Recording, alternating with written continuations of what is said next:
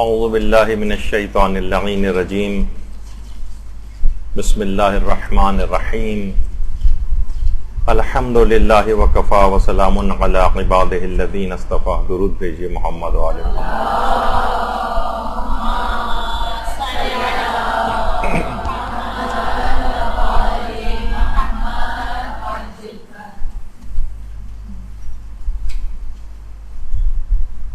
مستحب کی نیت سے یا بہتر ہونے کی نیت سے ہاتھوں میں جو عقیق فیروزہ وغیرہ پہنا جاتا ہے، اس کے فقہی مسائل پچھلی نشست میں بیان ہو چکے، اور جیسا کہ آپ نے دیکھا کہ طہارت کے احکام کے اندر ان کا مسئلہ ڈسکس ہوتا ہے، نمازوں کے احکام میں ان کا مسئلہ ڈسکس ہوتا ہے، خمس کے احکام میں ڈسکس ہوتا ہے، وضو غسل و تیمم کے احکام میں ڈسکس ہوتا ہے.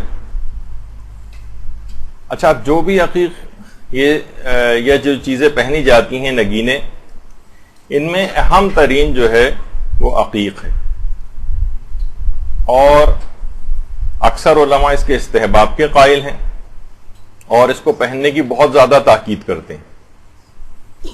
اچھا، اس کے اثرات بھی بہت زیادہ بیان کیے گئے ہیں. اس کی ان روایات جس کے اندر ان کے فوائد وغیرہ ڈسکس ہوئے ہیں،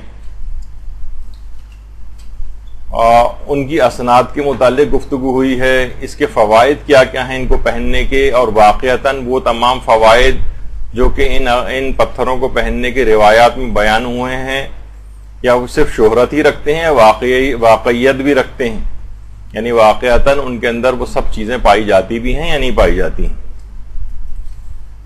تو اس سلسلے میں مجتہدین کے آراء اور فتاوی کیا ہیں، اور ہم اصلی اور نقلی کی پہچان اس سلسلے میں کیسے کریں گے کہ کون سا پتھر اصلی ہے کون سا نقلی ہے، تو یہ سب آگے چل کر ڈسکس ہوگا. تو دیکھیے، اس سلسلے میں اصل میں دیکھا جائے تو لوگ بہت زیادہ افراط و تفریط کے قائل ہیں. بہت سے تو اتنے زیادہ اس کے قائل ہیں کہ ہاتھوں میں 10 15 15 20 پتھر پہن کر گھوم رہے ہوتے ہیں، یعنی یہ افراط. اور بہت سے لوگ یعنی اس حد تک افراط اس سلسلے میں ہے کہ نہ صرف یہ بلکہ جو کہ مشہور ہے ہمارے صوبہ جو KPK ہے، اس میں جو رحمان بابا کی قبر ہے، ایک مشہور پشتو صوفی شاعر جو گزرے ہیں 450 سال کے قریب پہلے، تو خوشحال خان خٹک وغیرہ کے دور کے ہیں. ان کی قبر پر افغانستان کے جو سابق بادشاہ تھے ظاہر شاہ، انہوں نے ان کی قبر عقیق سے بنوائی تھی. تو یہ سب چیزیں بھی ہیں، افراط و تفریط اس سلسلے میں ہوتی ہے. تو بہرحال یہ کہ ان پتھروں کو ہاتھوں میں پہننا یہ مستحب ہے یا علماء نے بہتر قرار دیا. اچھا، کیا یہ بغیر سبب اور وجہ کے مستحب ہے، یعنی ان کے کوئی فائدے وغیرہ نہیں ہے، بس ایسے ہی کہہ دیا گیا کہ آپ ہاتھ میں پہننا مستحب ہے، یا اس کے واقعی کچھ جسمانی اور روحانی اثرات بھی ہوتے ہیں؟ دیکھیے، تمام انبیاء کرام روایات کے اندر ملتا ہے کہ وہ اس کو پہنتے تھے. اس پہ بلکہ نقش کندہ کرواتے تھے، جو ہماری اگلی نشست ہوگی اس کے بعد انشاءاللہ کوشش کریں گے کہ وہ آخری نشست ہو اس سلسلے کی. تو تمام انبیاء کرام پہنتے تھے، پیغمبر اسلام پہنتے تھے، دیگر معصومین پہنتے رہے ہیں، علماء اور اولیاء جو ہے اس کو پہنتے رہے ہیں اور اس کو پہننے کی تاکید بھی کرتے رہے ہیں. اور ایک طبقہ ایسا ہمارے ہاں پیدا ہو گیا جو وہابیت کے افکار سے کچھ متاثر ہو گیا. وہ ان چیزوں کے خواص کا بھی انکار کرنے لگا ہے، اور سطحی نگاہ سے دیکھیں تو وہ تقریباً ہر وہ چیز جو کہ فضیلت والی ہوتی ہے اس کا انکار کرنے کے اوپر اتر آیا ہے. یعنی کسی بھی چیز کی فضیلت اگر کہیں بیان ہو جائے تو فوراً ان کو یہ تلاش کرنی ہوتی ہے کس طرح سے اس چیز کو ضعیف قرار دیا جائے اور یا اس کو مشکوک بنایا جائے. البتہ افراط و تفریط سے بچنا ہے. نہ تو اس کا یہ کہ مستقل اس طرح سے یکدم اور یکسر انکار کریں، اور نہ ہی اس کو بالکل خرافات کی طرف لے جائیں، یعنی اس کو اس طرح سے سمجھنے لگیں کہ جیسے تمام کی تمام یہ تقدیر کے اندر یہ پتھر جو ہے وہ اثر انداز ہونے لگا ہے اور یہی ہماری خواہشات پوری کرتا ہے. یہ سب افراط و تفریط ہے اس میں. درمیان کا رستہ اختیار کرنا. لیکن دیکھیے اثرات اور خواص اس میں ہوتے ہیں. بظاہر آپ کو کوئی چیز ہاتھ میں ہوتی ہے, آپ کو بظاہر اس کا اثر نظر نہیں آ رہا ہوتا, لیکن کتنی چیزیں آپ عام طور پر عمومی زندگی میں دیکھتی ہیں. مثلا کتنی دوائیں ہیں جناب, مختلف رنگوں کی دوائیں آپ دیکھتی ہیں, ان سب کے اندر کس کس طرح کے اثرات ہوتے ہیں. کوئی جناب دل کے لیے کارآمد, ادھر آپ نے زبان کے نیچے رکھی, دیکھا جائے تو کیسے دل کی شریانیں جو ہیں وہ کھل جاتی. اور اسی طریقے سے اور بیماریاں, کچھ گردے کے امراض ہیں, پھیپڑے کے امراض ہیں, سانس گھٹ رہا ہے, دم گھٹ رہا ہے, اس کا دمے کا مریض ہے, اور ادھر وہ جو ہے ایک اسپرے سا جو ہے آپ نے کیا اور ایک دم سے آپ کے پھیپڑے کی نالیاں جو ہے وہ کھل گئیں. تو بہت سی چیزیں, اور کتنی چیزیں ایسی ہیں کہ ہم خود جو فارماکالوجی کا جو سیکشن میڈیکل کالجز میں پڑھایا جاتا ہے سبجیکٹ, اس کے اندر تقریباً ہر کچھ دواؤں کے بعد یہ آپ کو ضرور ملتا ہے کہ اس کا میکینزم آف ایکشن ان نون ہے. یہ کیسے کر رہی ہے, بس کر رہی ہے, یہ فائدے پہنچا رہی ہے, لیکن ان نون ہے کہ کس طرح سے فائدہ پہنچاتی. تو دیکھیے یہ تمام چیزیں ایسی ہیں. اور اسی طریقے سے مثلا کتنی ایسی چیزیں جو آنکھوں سے نظر بھی نہیں آتی. کتنے کینسر کے امراض کے اندر ریڈیو تھراپی ہوتی ہے, بس ایک مشین کے نیچے لٹا دیتے ہیں, نہ اس کی ریز نظر آ رہی ہیں نہ کچھ ہو رہی ہیں, لیکن وہ کس طرح سے مخصوص سیلز کو جا کر ختم کر رہی ہوتی ہیں. اب کوئی آدمی کہے بھائی دیکھیے ہمیں تو کچھ بھی نظر نہیں آ رہا, یہ سب ڈرامے بازی اور ان کا انکار کر دے, تو یہ تو چیزیں بالکل اب آنکھوں کے سامنے ہونے لگی. اسی طریقے سے مثلا اب کہا جانے لگا ہے کہ ایک باقاعدہ ایک طریقہ علاج ریکی کے نام سے ہونے لگا ہے کہ جناب ہاتھوں سے ہمارے کچھ شعائیں اور ایسی نکلتی ہیں, کچھ انرجی ہمارے ہاتھوں سے ایسی نکلتی ہے جو کہ صحت مند شخص بیمار کے جسم کے اندر, بیمار کے اندر وہ انرجی کم ہوتی ہے تو وہ صحت مند شخص اپنی انرجی اس میں پہنچاتا ہے, اور یہ ایک طریقہ علاج ہے باقاعدہ, اور کافی مقبولیت بھی مثلا حاصل کر رہا ہے. اور اس کی کچھ تائید اس لحاظ سے بھی ہوتی ہے. دیکھیے ہمارے ہاں صرف اعتراض ہوتا ہے, لیکن بعض اوقات ریسرچ چیزوں کے اوپر نہیں ہوتی. مثلا کتنا آپ کو مریض کی عیادت کے مستحبات اگر آپ دیکھیں کہ مریض کے جب کوئی شخص بیمار پڑ جائے اس کی آپ عیادت کو جاتی ہیں, تو باقاعدہ روایات کے اندر یہ آیا ہے کہ اس کی پیشانی پر ہاتھ رکھ کر یا اس کے ہاتھ پر ہاتھ رکھ کر سورہ الحمد پڑھی جائے, 1 دفعہ 7 دفعہ یا 70 دفعہ یا 100 دفعہ. اب دیکھا جائے سورہ الحمد ویسے بھی پڑھی جا سکتی ہے, لیکن یہ کیا کہا کہ اس کے پیشانی پر ہاتھ رکھ کر یا اس کے ہاتھ پر ہاتھ رکھ کر پڑھی جائے. اس کا مطلب ہے کچھ نہ کچھ اس کے اندر ہاتھ سے ایسی کچھ شعائیں, اثرات, انرجی, کوئی ایسی چیز نکلتی ہے جو صحت مند سے بیمار میں منتقل ہوتی ہے اور اس کی شفا یابی کے لیے مددگار ہوتی. تو اسلام کے تمام احکامات کے اندر مصلحت پائی جاتی ہے, چاہے فی الحال وہ آپ کی سمجھ میں آ رہے ہو یا نہ آ رہے ہو. اس کے بعد کچھ عرصے بعد سائنس مزید ترقی کرے گی, زمانہ اس چیز کو کھولے گا, تو پھر آپ کہیں گے کہ ہاں واقعی اسلام کے حکم کے اندر یہ والی مصلحت پائی جاتی تھی. تو یہ دیکھیے یہ ساری چیزیں ایسی ہیں کہ کتنی آپ دیکھتی ہیں کہ ایکس ریز ہیں, آنکھ سے نظر بھی نہیں آتی, لیکن جسم کے اندر تک کا عکس جو سے نکل آتا ہے, اور اس کے کتنے فوائد بھی ہیں, اس کے کتنے اس کے نقصانات بھی ہیں. تو بہرحال یہ تمام چیزیں چاہے وہ آنکھ سے نظر نہ آیا, ہو سکتا ہے کہ آج سے 200-300 سال پہلے کا جبکہ ایکس رے وغیرہ ایجاد نہیں ہوئے تھے تو اس زمانے کا شخص جو ہے اس بات کا انکار کر دیتا. تو یہی اسی طرح کے انکار آج کل ہم کو نظر آ رہے ہیں کہ ان پتھروں کے اندر کوئی خصوصیت نہیں ہے, بیکار, بس صرف ایک پہننا ثواب رکھتا ہے, بس اس کے علاوہ ان کا کوئی آثار اور خواص وغیرہ نہیں. اچھا اب دیکھیے جیسے کہ حجر اسود, تمام مسلمان حجر اسود کو بوسہ دیتے ہیں, جا کر اسے چومتے ہیں یا استلام کرتے ہیں. بعض اوقات اس تک نہیں پہنچ پاتے پتھر تک, تو وہ دور سے ہاتھ اس کی طرف کر کے اس جو ہے ایک لحاظ سے اس کو سلام کرتے ہیں, یا استلام کرنا جسے کہتے ہیں, یعنی ہاتھ نہ لگا سکیں تو. البتہ خواتین کے لحاظ سے رش والے ٹائمنگز کے اندر تو تقریباً یہ چیز حرام کے قریب پہنچ جاتی ہے, کیونکہ یہاں ان کے پردے کو شدید خطرات لاحق ہو جاتے ہیں. اکثر خواتین جسمانی اذیت اور تکلیف پہنچنے کا بھی سبب بنتا ہے, بلکہ ہو سکتا ہے کہ اس کو چومنے کی کوشش کرنے میں خود مرد حضرات سے بہت سے حرام ہو جائیں, کسی کا سر کچلنا پڑے گا, کسی کے سر کے اوپر پاؤں رکھنا پڑے گا وغیرہ. تو دور سے ہی اس کو کہا جاتا ہے کہ بہتر ہے کہ لوگوں کو اذیت نہ پہنچائی جائے اور اس طرح سے استعلام کر لیا جائے. اچھا اب یہ ہاتھ کے اشارے سے سب کچھ ہو رہا ہے, تو دیکھیے یہ ہاتھ کے جو اثرات ہیں یہ ریکی کے اندر بھی ہوتے ہیں, اور آج بھی ہم دیکھتے ہیں کہ ہاتھ سے جو بایو میٹرک وغیرہ کا طریقہ کار جو ہے وہ جو چیز شروع ہوئی ہے, اس کے اندر کیا ہوتا ہے, آپ کے انگلیوں کے نشانات لیے جاتے ہیں, انگلیوں کے نشانات, اچھا انگلیوں کے نشانات ان سب کی بھی حیثیت ہے، اور خود دین کے اندر بھی ہمارے بہت سے احکامات دیکھیے. ہم نے کچھ ایسے زاویے آپ کے سامنے پیش کر رہا ہوں جو ہو سکتا ہے اس سے پہلے آپ کے دماغ میں نہ آئے ہوں، کہ مثلا قبر پہ جب انسان کسی کی جاتا ہے تو اس کے اوپر ہاتھ رکھتا ہے قبر کے اوپر، اور پھر سورہ قدر کی تلاوت کرتا ہے، اور اس میں یہ ہے کہ انگلیاں اندر گڑائی جائیں، انگلیاں، اور سید کی اگر قبر ہے تو انگلیاں اور زیادہ اندر گہری گڑائی جائیں. یعنی یہ آپ پڑھیں مستحبات وغیرہ کے اندر تو سورہ قدر تو ویسے بھی پڑھی جا سکتی، اس کو قبر کے اوپر ہاتھ رکھنا اور انگلیاں اندر قبر کے اندر لے جانے کی کا کرنا، یہ ایک اسلامی حکم ہے. تو اس کے فوائد بتائے گئے، اور کتنے بڑے بڑے علماء ہیں، آیت اللہ شیخ جواد تبریزی اور دیگر علماء جو بھی قبروں کے اوپر جاتے ہیں وہ قبر کے اوپر اپنی انگلیاں رکھ کر، اور کہتے ہیں کہ اس کے اندر سے جو جہاں جہاں قبر کے اوپر انگلیاں رکھی جاتی ہیں وہاں اتنی جگہ وہ قبر نورانی ہوتی چلی جاتی ہے، ہاتھ سے کیسی شعائیں وغیرہ اس کے نکلتی. تو یہ تمام چیزیں دیکھیے اس طرح سے ہیں. تو یہ جو میں بایو میٹرک کے سلسلے میں اس طرح کی بات جو کر رہا ہوں کہ حجر اسود کو بھی کے لیے بھی دیکھیے یہ والی چیز ہے. حجر اسود پہ کیوں ہاتھ رکھا جا رہا ہے؟ ایک لحاظ سے بایو میٹرک ہو رہا ہے، یہ گواہی اور تصدیق کرے گا اس آدمی کی روز قیامت.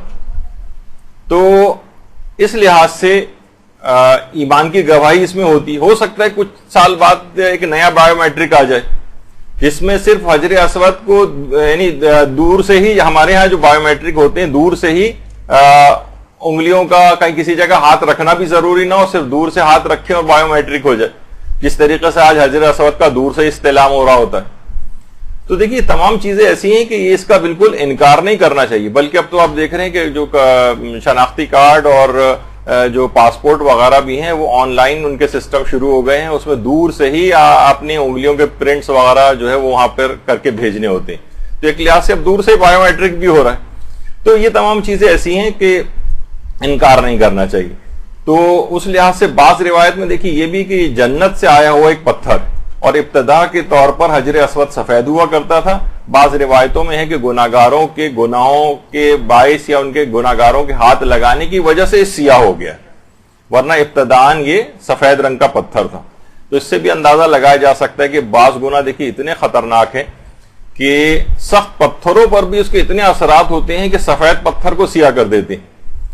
تو آپ سوچیے کہ قلب انسانی جو کہ ایک لطیف ایک پیکر ہے، اس کے اوپر ان گناہوں کے کتنے خطرناک اثرات ہوتے ہوں گے.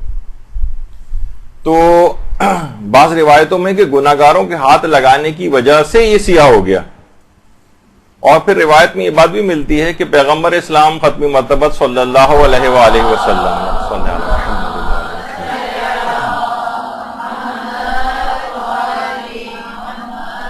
نے جب اپنا آخری حج کیا تھا، اس میں جس وقت پیغمبر نے طواف کیا تھا تو اپنی سواری پر بیٹھے بیٹھے اونٹ تھا یا خچر تھا، اپنے طواف کیا تھا اور اپنے عصا کے اشارے سے استعلام کیا تھا.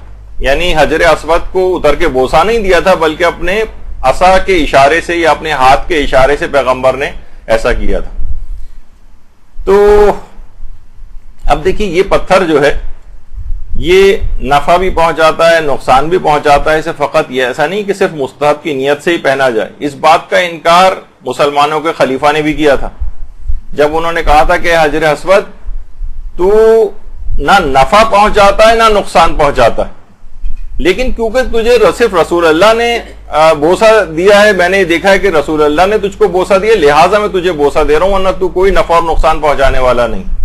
تو امیر المومنین علی ابن ابی طالب علیہ الصلوۃ والسلام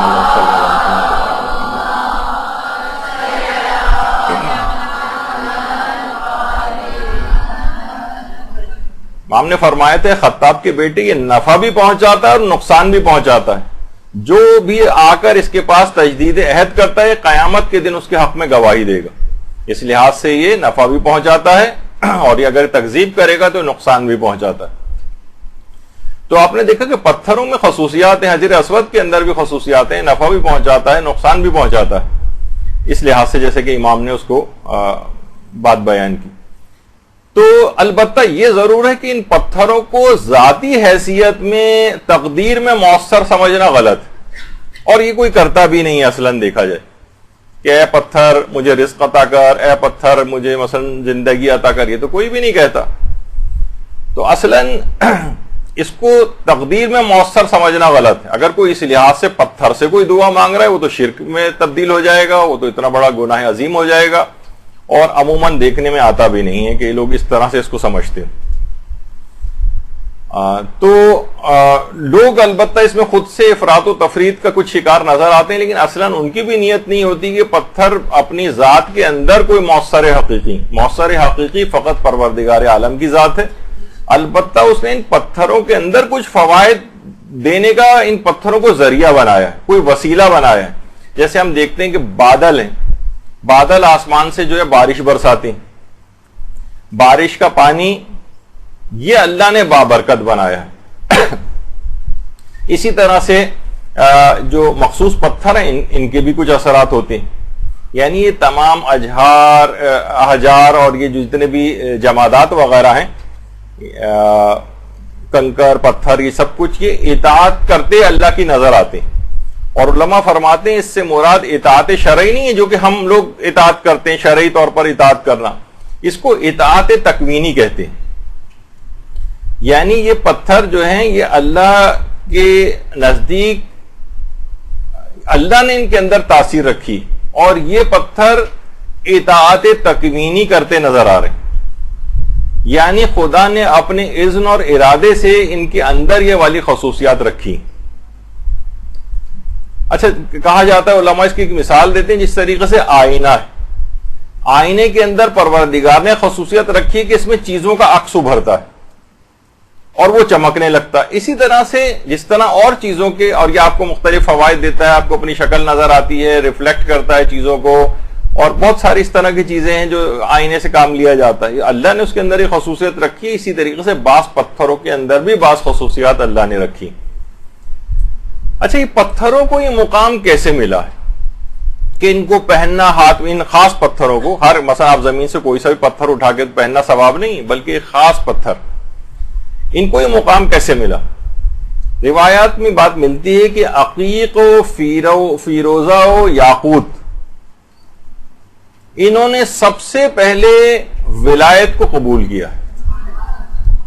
درود بھیجیے محمد علیہ وسلم.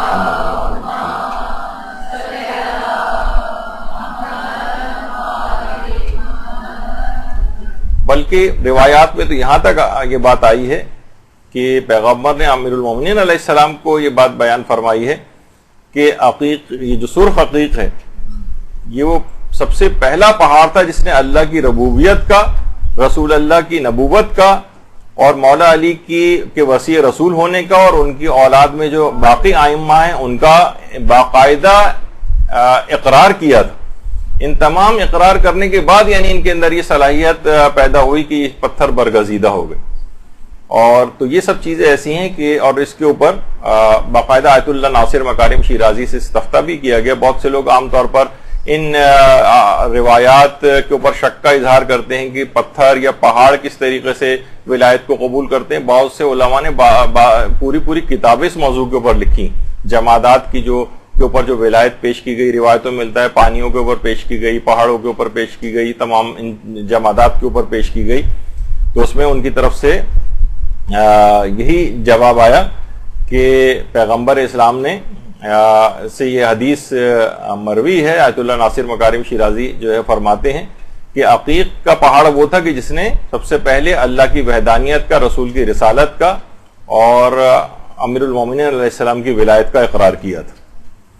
اور فرماتے ہیں کہ در برخی از منابع معتبر روائی، یعنی بہت سے منابع معتبر، یعنی معتبر روایات کے اندر یہ بات آئی کہ ان جو عقیق کے پہاڑ نے سب سے پہلے ولایت کو جو ہے وہ قبول کیا. اور صرف یہ نہیں بلکہ پیغمبر کی ازواج میں سے حضرت عائشہ یہ بیان کرتی ہیں کہ پیغمبر اسلام ایک مرتبہ گھر کے اندر داخل ہوئے اور تو انہوں نے دیکھا کہ ان کے ہاتھ میں چاندی کی جڑی ہوئی عقیق کی انگوٹھی پیغمبر نے پہنی ہوئی تھی. یعنی چاندی کے اندر عقیق تھا جس کی انگوٹھی پیغمبر نے پہنی ہوئی تھی. حضرت عائشہ نے کہا کہ یا رسول اللہ یہ کیا ہے؟ کہا کہ جبریل ابھی ابھی مجھے پروردگار عالم کی طرف سے عنایت فرما کر گئے ہیں اور پیغمبر اور خدا نے مجھ کو سلام کہلوایا ہے اور فرمایا ہے کہ اپنے دائیں ہاتھ میں عقیق سرخ کی انگوٹھی پہنے، کیونکہ یہ وہ پتھر ہے کہ جس نے سب سے پہلے میری توحید کی، آپ کی نبوت کی اور علی کے وصی رسول ہونے کی اور آپ کے بیٹوں کے امام ہونے کی اور آپ کے شیعوں کے جنتی ہونے کی گواہی دی.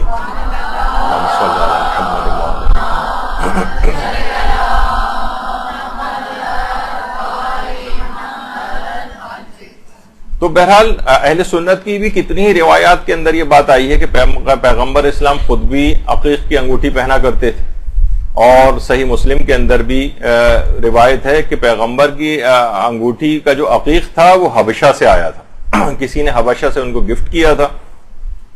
اور ابن ابی الفوارس نے جو کتاب اربعین ہے اس کے اندر بھی اس بات کو لکھا ہے، اور احمد ابن محمد حمدانی کی جو کتاب مختصر کتاب البلدان اس کے اندر بھی ہے، عیون الاخبار ابن قتیبہ کی اس کے اندر بھی یہ بات موجود ہے، اور بشارت المصطفیٰ اس کے اندر بھی یہ روایت موجود ہے کہ پیغمبر اسلام عقیق پہنا کرتے تھے. تو عقیق اور فیروزہ کے دیکھیے بہت سے اثرات اور بہت سارے فوائد ہیں، اور عقیق چھٹے امام فرماتے ہیں کہ یہ ہاتھ میں پہننا مستحب ہے.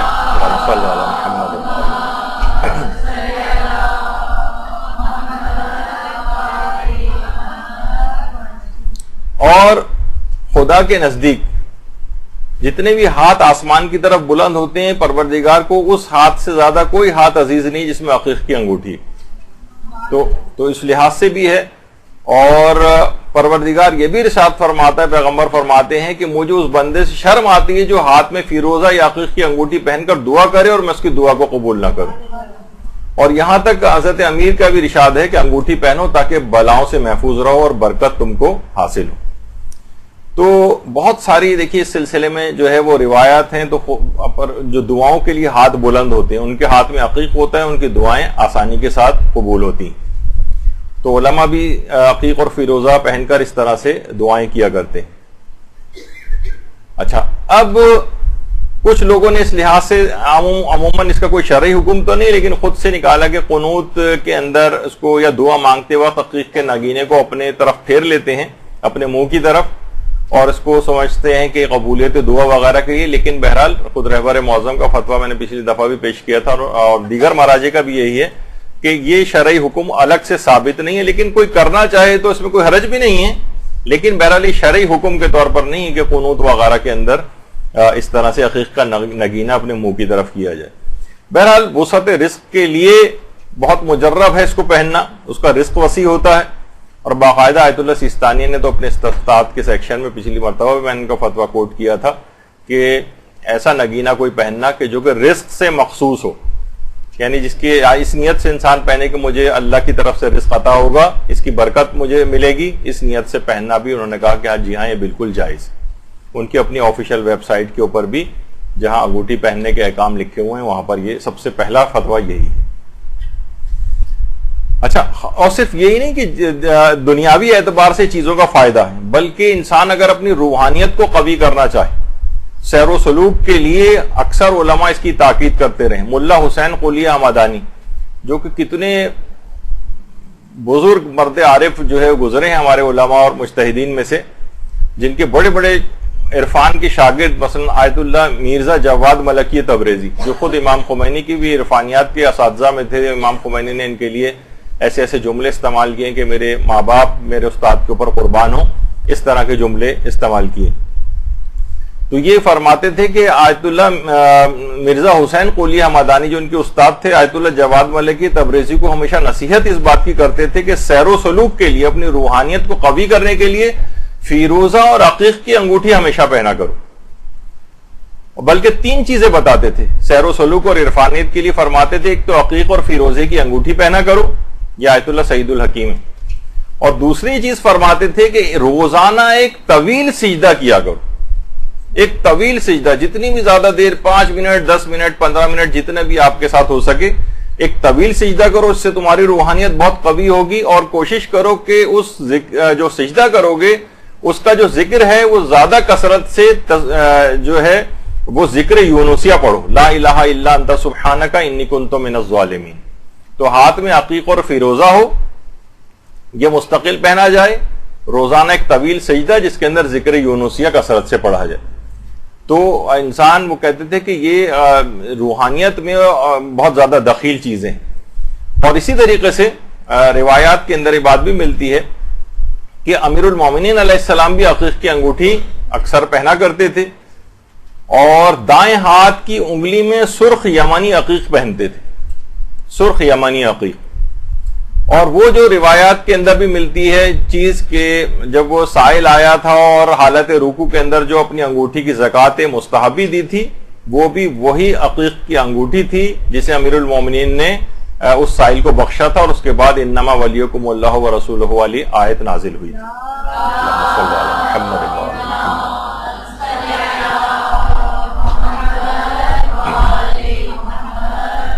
بلکہ روایات میں یہ بات بھی آئی ہے کہ حضرت امیر اپنے ہاتھ میں 4 انگوٹھیاں جو ہے وہ پہنا کرتے تھے.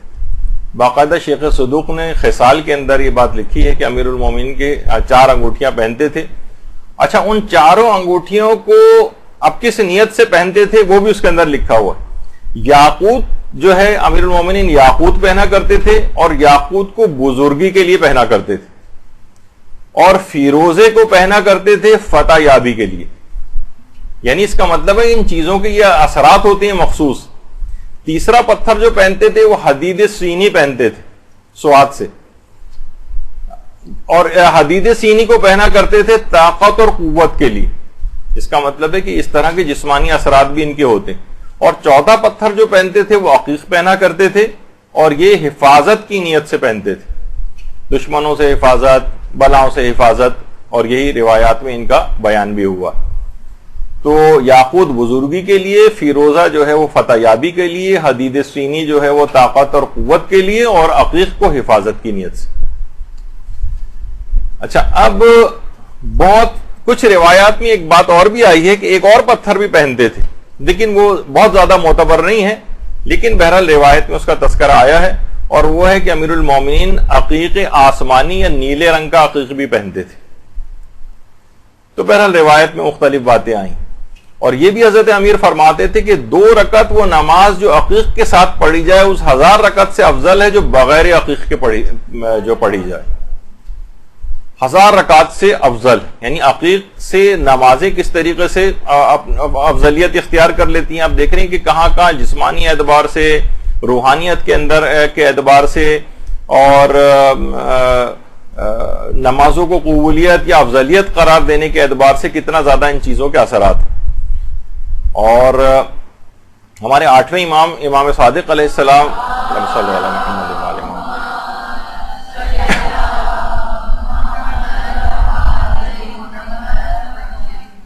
اس کے اندر یہ ہے کہ امام صادق فرماتے ہیں، امام رضا فرماتے ہیں کہ امام صادق فرماتے تھے کہ جس عقیق کو چاندی کے ساتھ پہنا جائے، یعنی عقیق کو چاندی کی انگوٹھی کے اندر لگا کے پہنا جائے، وہ شخص کبھی فقیر نہیں ہوگا، اور اس کے کام باحسن و خوبی پورے ہوں گے. یعنی عقیق کا جو نگینہ ہے وہ چاندی کی انگوٹھی میں اگر پہنا جائے تو کبھی فقیر نہیں ہوگا، اور اس کے کام بھی باحسن و خوبی پورے ہوں گے.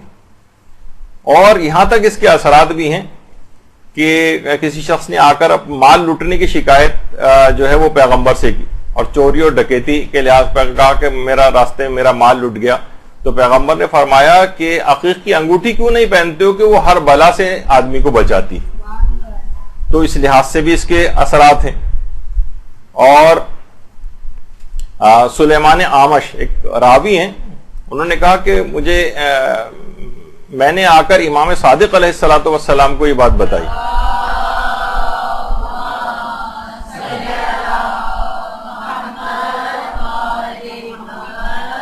کہ منصور عباسی کے گھر میں ایک شخص کو تازیانے کوڑے مارے جا رہے تھے. امام نے فرمایا یہ بتاؤ کہ اس کے ہاتھ کی جو انگوٹھی تھی اس میں نگینہ کون سا تھا.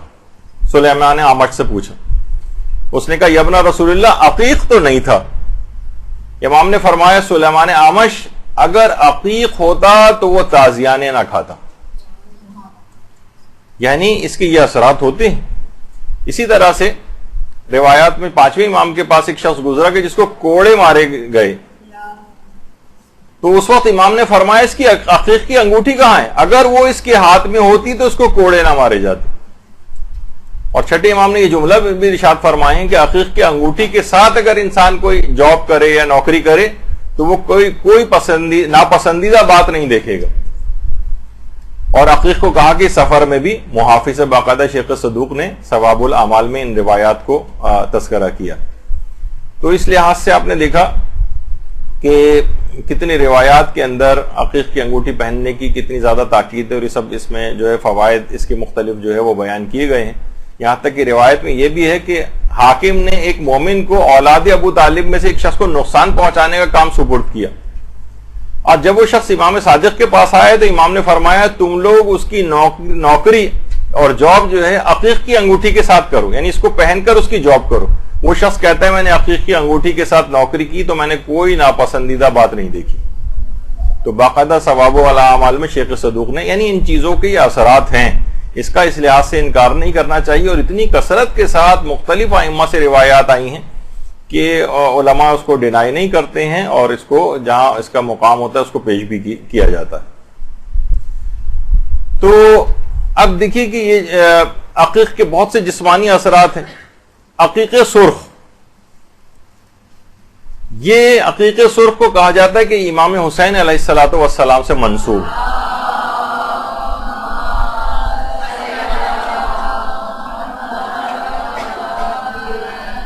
اور امام حسین علیہ السلام اس کو پہنا کرتے تھے, اور یہ وہی عقیق سرخ تھا کہ جب میدان کربلا میں حضرت علی اکبر علیہ السلام شدت پیاس کی شکایت آ کر مولا سے کی تھی, تو امام حسین نے عقیق سرخ کو نکال کر علی اکبر علیہ السلام کو دیا تھا اور کہا تھا کہ بیٹا اس کو منہ میں رکھو, اس سے تمہیں تسکین قلب ہوگی اور پیاس برداشت کرنے کے قابل ہو سکو گے. تو مصائب کا پوائنٹ تو اپنی جگہ پر ہے, لیکن خاص طور پر یہ کہ عقیق کو منہ میں رکھنے سے پیاس کی شدت میں کم ہوگی, یہ اس کا ایک اثر تھا. تو یہ بھی روایات کے اندر اس لحاظ سے بات آئی جو آپ اکثر مصائب کے اندر بھی سنتی ہیں. اور اس کے بعد پھر زیادہ پیاس کی شدت ہوئی تو مولا نے اپنی زبان بھی دی تھی, تو شہزادہ علی اکبر نے فوراً زبان کو باہر نکال لیا تھا, کہا بابا اب تو مجھ سے بھی زیادہ پیاسے. تو بہرحال ان چیزوں کے اثرات ہیں. اور یہ وہی روایات میں ہے کہ وہ کنکریاں جنہوں نے پیغمبر اسلام کی رسالت کی گواہی دی تھی, وہ سب کی سب کنکریاں اسی وقت عقیق بن گئی تھیں. درود بھیجیے محمد علیہ.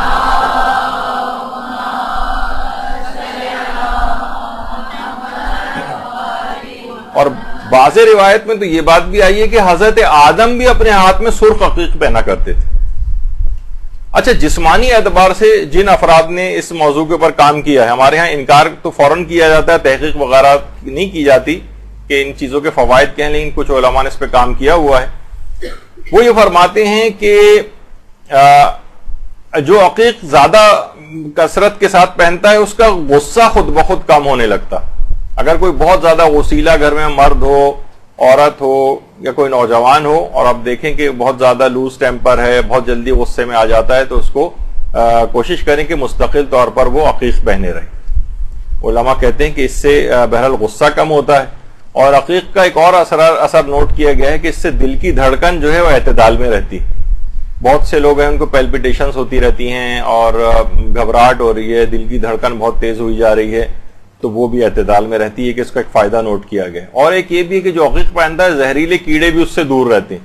فقط صرف یہی نہیں, ظاہر ہے زہریلے کیڑے سے مراد جراثیم بھی ہیں, تو اس کا بھی امکان ہے کہ وہ کم بیمار پڑے گا اور اس کو یہ فائدہ حاصل ہوگا.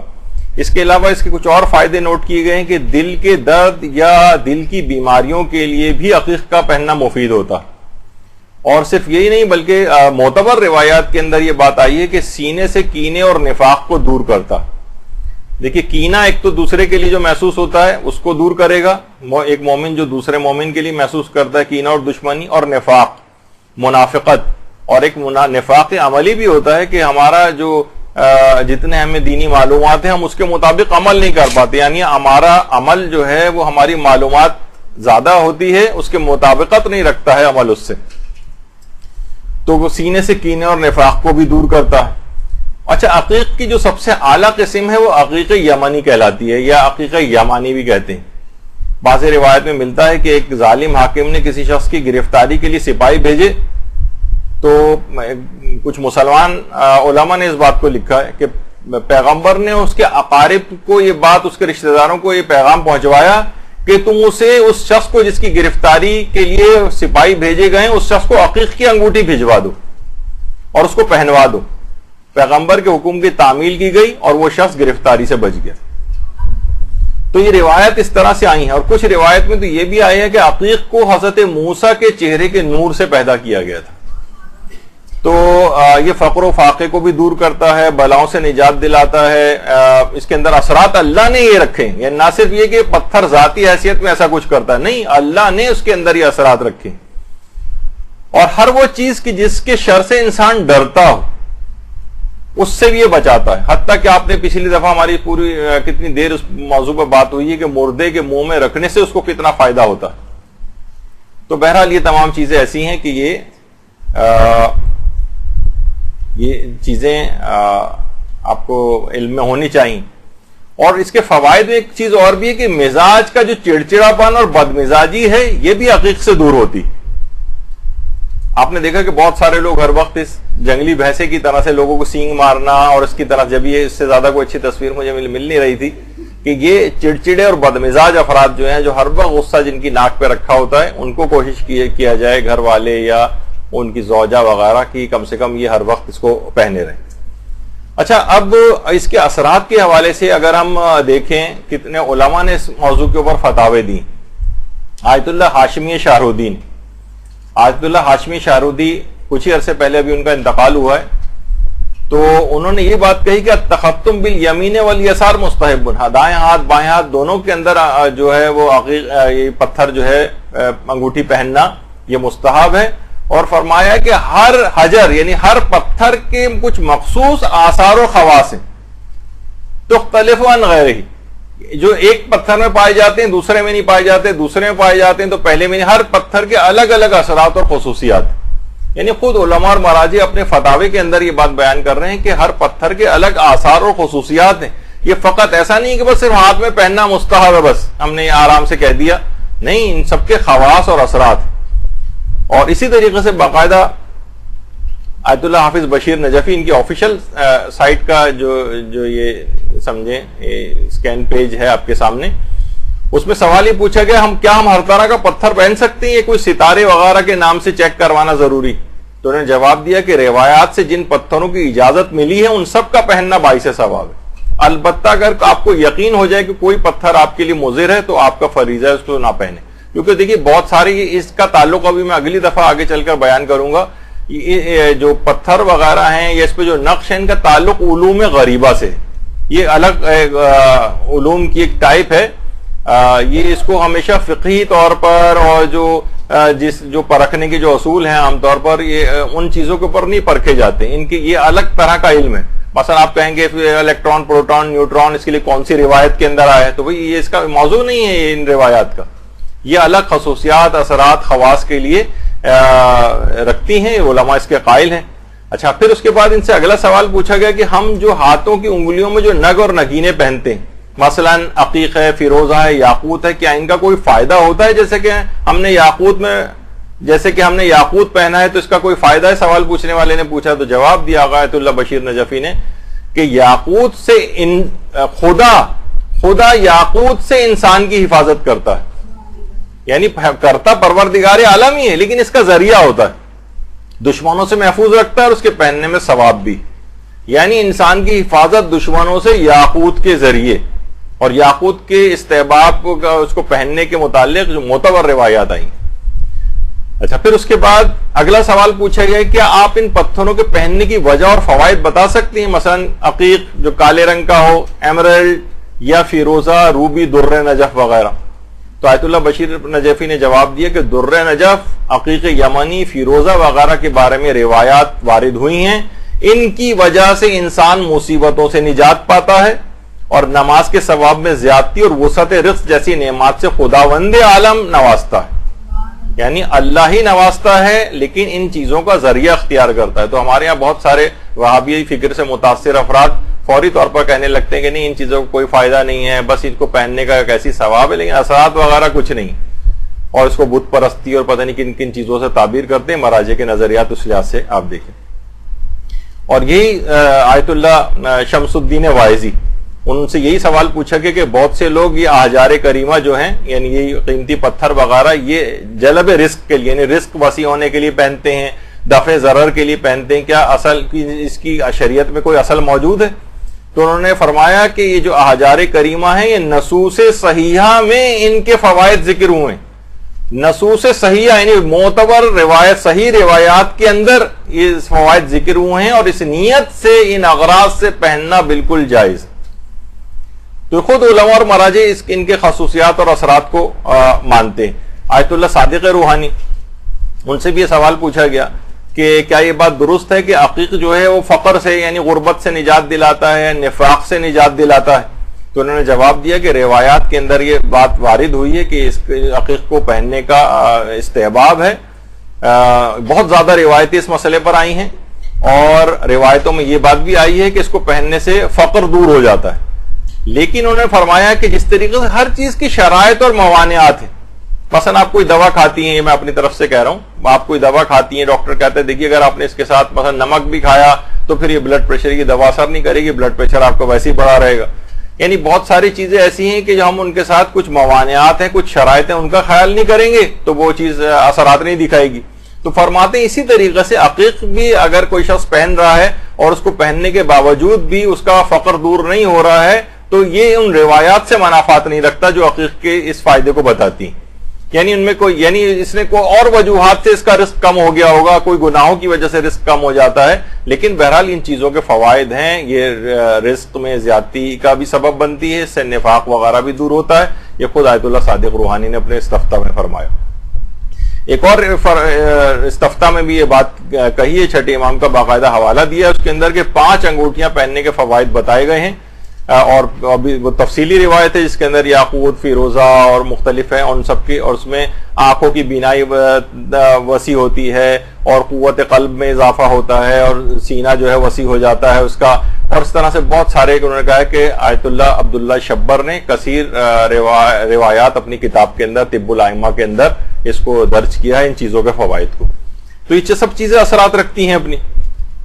اور آیت اللہ سید علی حسینی میلانی ماشاءاللہ یہ بھی حیات مجتہدین میں سے ہیں, تو ان سے بھی یہ سوال پوچھا گیا کیا یہ والی حدیث صحیح ہے کہ عقیق سے نفاق دور ہوتا ہے, فقر دور ہوتا ہے, تو کیا یہ صحیح اور متواتر احادیث میں ہے؟ تو انہوں نے یہی کہا کہ عقیق کے سلسلے میں جو روایات آئی ہیں اس کو پہننے کے سلسلے میں اس سے فائدہ معلوم چلتا ہے کہ اس کو پہننا ثواب ہے, اور اس میں کوئی شک نہیں ہے کہ یہ احجار کریمہ ان پتھروں کو پہننے کے آثار اور فوائد ہیں, اور ان کے آثار اور فوائد پر پوری پوری کتابیں بھی لکھی گئیں.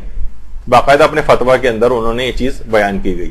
اور یہ اتنی جبھی یہ ایسی چیز ہے کہ آپ دیکھ رہی ہیں کہ رہبر معظم کوئی ایک سادہ شخصیت ہے اور کوئی آپ کے خیال میں اتنی زیادہ الگ الگ طریقوں کے نگینے وغیرہ اپنی انگوٹھی کے اندر یہ پہنتے ہیں, تو کیا کوئی معاذ اللہ کسی فیشن کے لیے پہنتے ہیں؟ کیا اس طرح کی کوئی شخصیت ہے ان کی؟ نہیں. ان تمام چیزوں کے پیچھے کیونکہ روایات ہیں, اور ہمارے مجتہدین کی کوشش یہ ہوتی ہے کہ ائمہ کی تمام روایات کے اوپر عمل ہو جائے. یا ائمہ نے یہ چیز کا ثواب بتایا تو وہ والی انگوٹھی بھی پہن لی, اس کا بتایا تو یہ اس کے بھی فائدے اور ثواب مل گئے.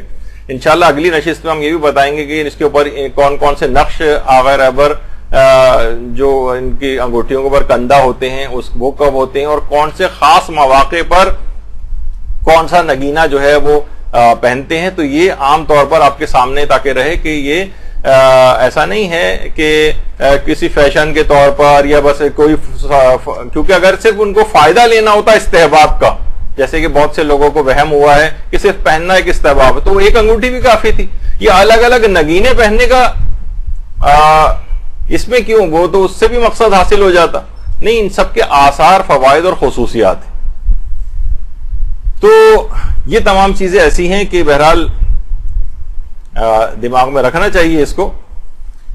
اور حتیٰ کہ عقیقے زرد کے اوپر باقاعدہ شرف الشمس کے نام سے اس پہ تفصیلی گفتگو ہماری اگلی کلاس میں آئے گی، اس تک کے بہت زیادہ الگ سے فوائد جو ڈسکس ہوئے، ان کے جو نقوش ہیں وہ ڈسکس ہوئے ہیں. کتنی روایات، اب میں اتنا وقت بھی نہیں کہ ان تمام روایت کو پڑھوں، کہ بہرحال پیغمبر اسلام بھی اس طرح سے پہنا کرتے تھے. اور روایات کے اندر یہ بات بھی آئی ہے کہ خود حضرت فاطمہ الزہرا سلام اللہ علیہا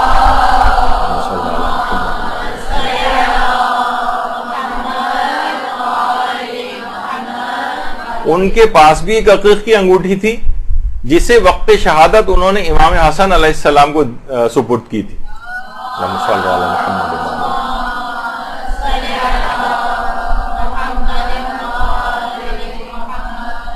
اور کیونکہ امام حسن کی انگوٹھی کا نقش یہ ہوا کرتا تھا جو ہماری اگلی دفعہ بات آئے گی، اس وجہ سے اس کو یہ دکھایا گیا ہے. اور انہوں نے اپنے وقت شہادت وہی انگوٹھی امام حسین علیہ السلام کو سپرد کی تھی. اللہم صلی علی محمد و علی محمد.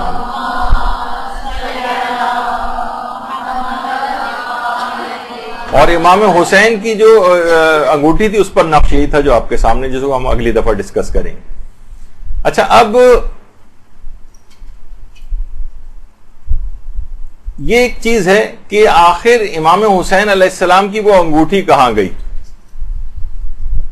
کچھ لوگوں کے دماغ میں آتا ہے کہ شاید وہ وقت شہادت جب لباس کو بھی لوٹا گیا تھا تو وہ انگوٹھی بھی ساتھ لوٹ لی گئی تھی. تو یہی سوال محمد ابن مسلم نے ہمارے چھٹے امام جعفر صادق علیہ السلام سے کیا.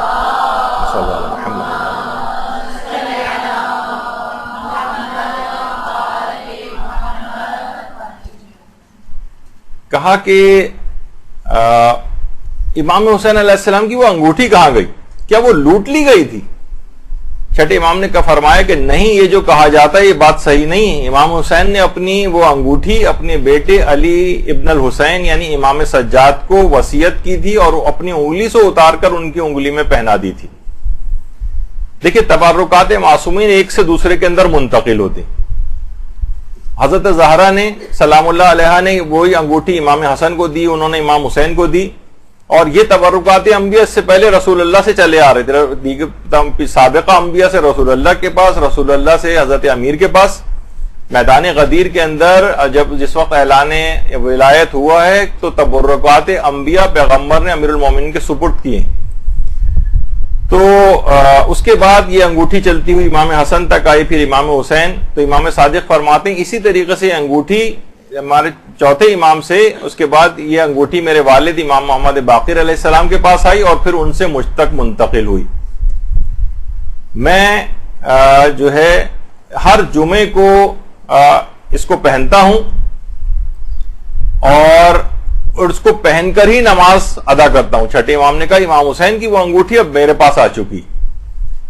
اچھا، محمد ابن مسلم کے دماغ میں تجسس تھا انگوٹھی کا کہ کہا کہ میں نماز اسی کو پہن کر پڑھتا ہوں. تو کہا کہ ایک دن میں جمعے کے بعد امام صادق علیہ السلام کی خدمت میں گیا تو امام جو ہے وہ نماز میں مشغول تھے اس وقت. تو نماز کے بعد امام نے اپنا ہاتھ آگے بڑھایا تو میں نے دیکھا کہ اس انگوٹھی کے اوپر لکھا ہوا تھا لا الہ الا اللہ عدت لقاء اللہ، یعنی اللہ کے سوا کوئی معبود نہیں ہے اور زاد و توشہ اللہ سے ملاقات ہے. یہ اس انگوٹھی کے اوپر باقاعدہ انہوں نے لکھا ہوا بھی اس لحاظ سے دیکھا.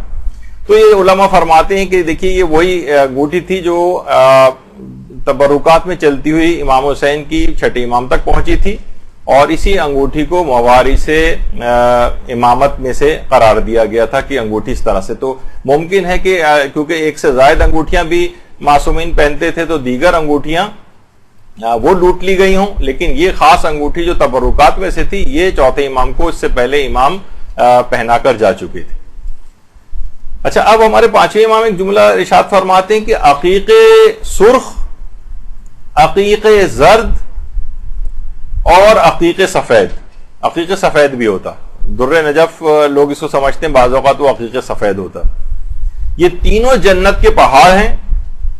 فرماتے ہیں جو بھی انہیں پہنے گا وہ خیر دیکھے گا، وسعت رزق اس کو ملے گی اور تمام قسم کی بلاؤں سے محفوظ ہوگا. یہ تین پتھر، اور جب یہ پتھر ہاتھوں میں ہوں جیسے عقیق وغیرہ، یہ سب دوران نماز، یعنی انسان تو نماز پڑھ رہا ہے، یہ پتھر مستقل تسبیح کرتے ہیں اور استغفار کرتے ہیں اور اس کا اجر پہننے والے کو ملتا ہے. تو ان کو اس لحاظ سے پہننے کا فائدہ ہے دوران نماز. اور ایک روایت میں ہے کہ جبریل پیغمبر اسلام کے پاس آئے اور کہا کہ یا رسول اللہ آپ عقیق کی انگوٹھی پہنیے اور اپنی امت کو بھی اس کو پہننے کا حکم دیجیے. اور باقاعدہ ایک روایت اور بھی ہے کہ جو کہ امام رضا علیہ الصلوۃ والسلام نے اپنے اجداد سے نقل کی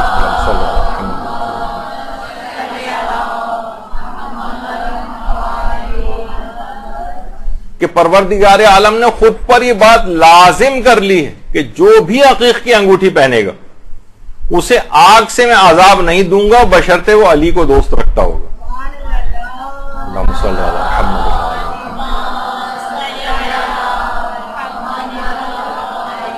یہ آیت اللہ نوری حمدانی ہے جن کی تصویر. اور اس لحاظ سے روایت میں یہ بات بھی آئی ہے کہ عقیق پہننے سے انسان شیطان کے حملوں سے بھی محفوظ رہتا ہے، اس لحاظ سے اس سے گناہ بھی کم ہوتے ہیں.